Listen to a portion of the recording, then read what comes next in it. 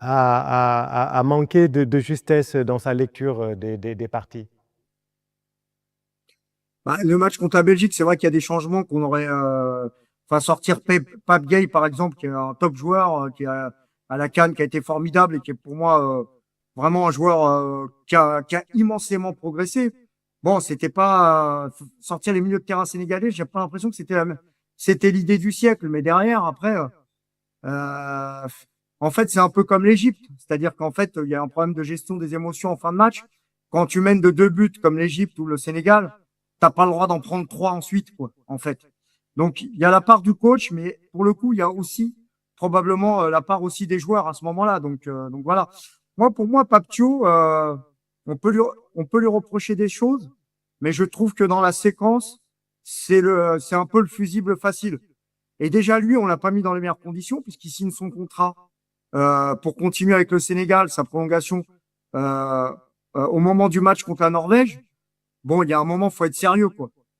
Tu peux pas être en Coupe du Monde, t'occuper de ton équipe et à la fois t'occuper de tes problèmes personnels et de contrat.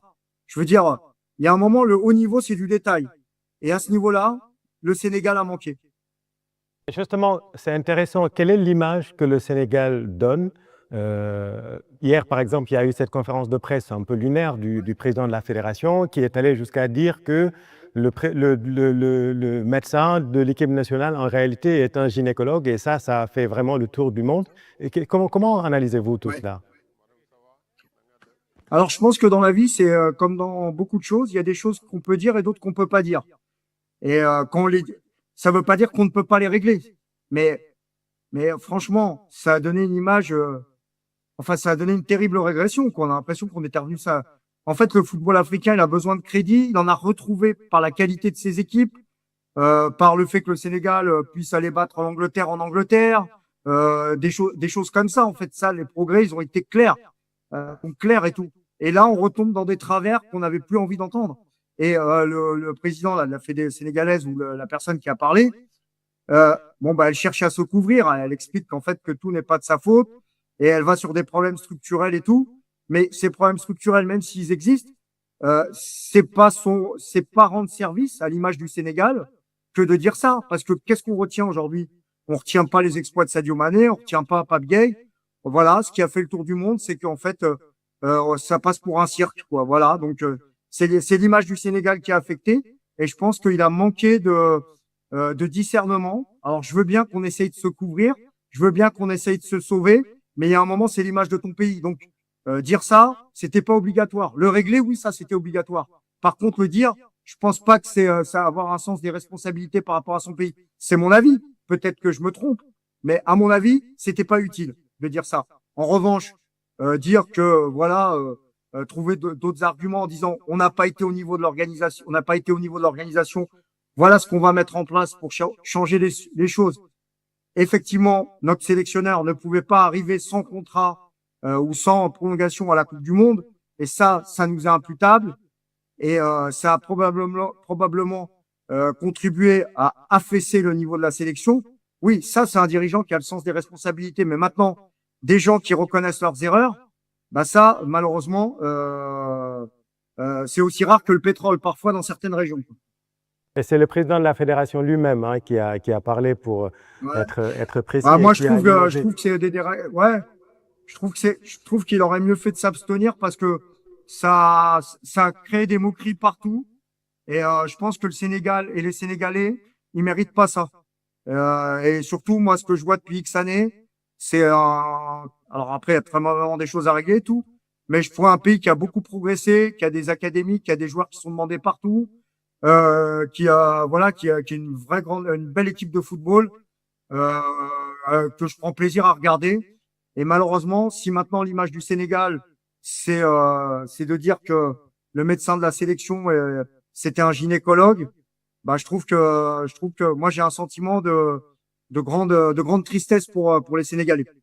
Ouais. Et effectivement, donc Pape est parti. Le président l'a accusé publiquement de rupture de communication et d'un manque total de plan de préparation. Mais ce qui est étonnant, c'est comment un tel divorce a-t-il pu se consommer en plein mondial? Parce qu'il y a eu quand même quelques affaires au sein de cette fédération et en interne là-bas aux États-Unis.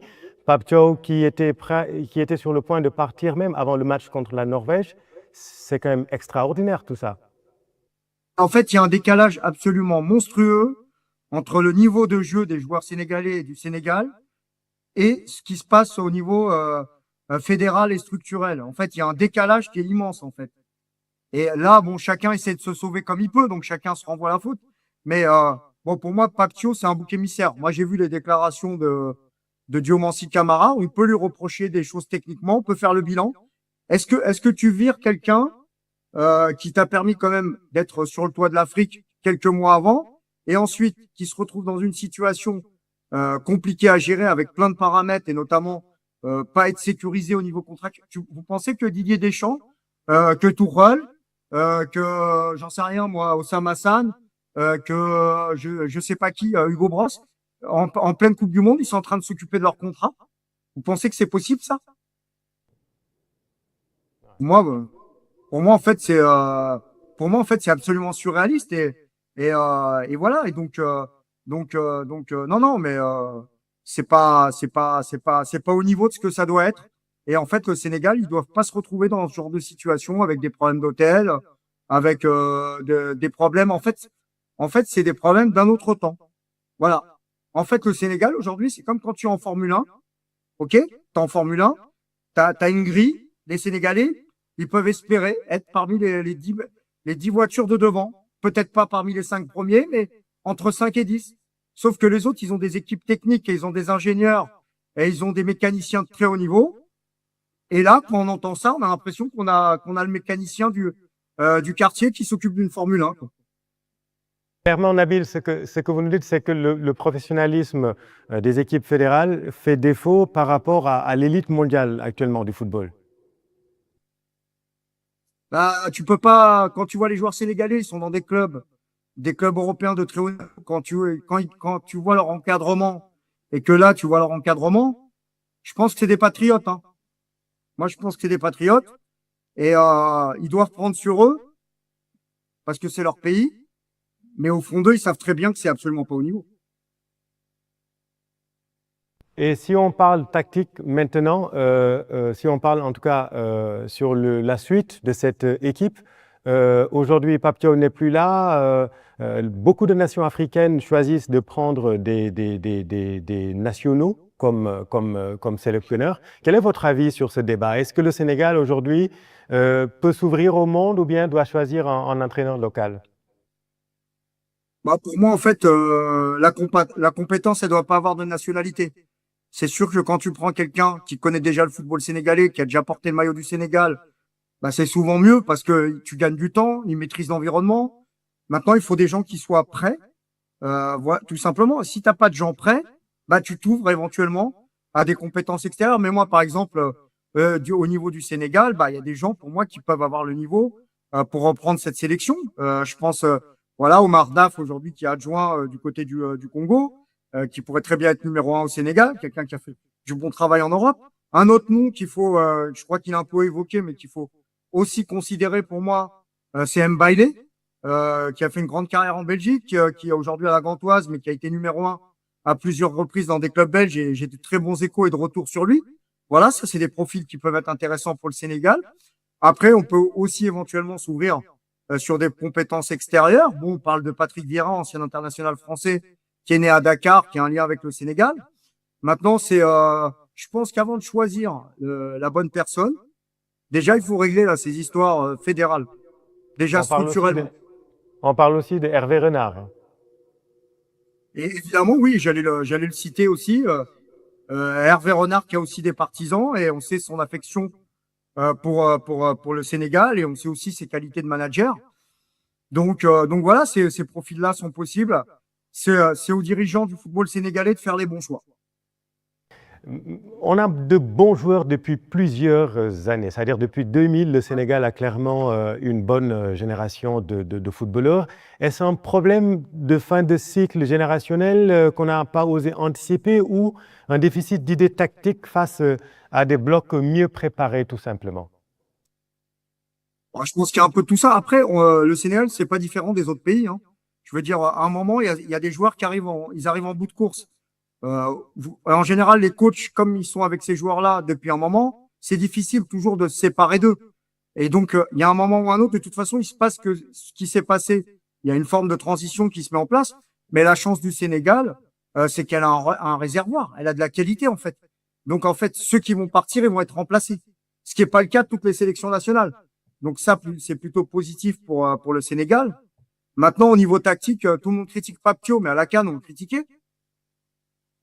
Non, C'est non, toujours non, pareil, hein. clairement non.